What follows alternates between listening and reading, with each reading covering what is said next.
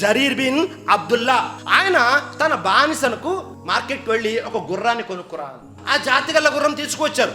వెంటనే అడిగారు, ఈ గుర్రం ఎంత కొన్నావు అని. 300 దిర్హంలు అన్నారు. 300 దిర్హంల బానిస యొక్క చేయి పట్టుకొని తీసుకువెళ్ళారు. ఎవరి దగ్గర కొన్నావు పదా తీసుకువెళ్ళారు. ఫలానా వ్యక్తిని పరిచయం చేయించారు, ఈ వ్యక్తి దగ్గరే కొన్నానని. అసలు నీకు తెలుసా ఈ మేలు జాతి గుర్రం యొక్క విలువ ఎంతో అని చెప్పి 300 దిర్హంలకు కొన్న గుర్రాన్ని 500 యాడ్ చేసి 800 దిర్హంలు తిరిగి ఇచ్చారు. సుబ్హానల్లాహ్. వేరే వారు అవసరంలో ఉన్నారు, ప్రాణం మీదకి వచ్చింది, వారేం చేయాలి? ఉన్నటువంటి వస్తువులు ఎంతో కొంతకు అమ్మేయాలి. కానీ వారి అవసరాన్ని మనం క్యాష్ చేసుకోకూడదు. ప్రతి దానికి ఒక విలువ ఉంటుంది మార్కెట్లో, దానికి తగ్గట్టుగా ఇవ్వాలి అని జరీర్ బిన్ అబ్దుల్లా వారు తిరిగి 500 దిర్హంలు ఇచ్చారు. ఇలా చేసేవాళ్ళు ఎవరైనా ఉంటారా?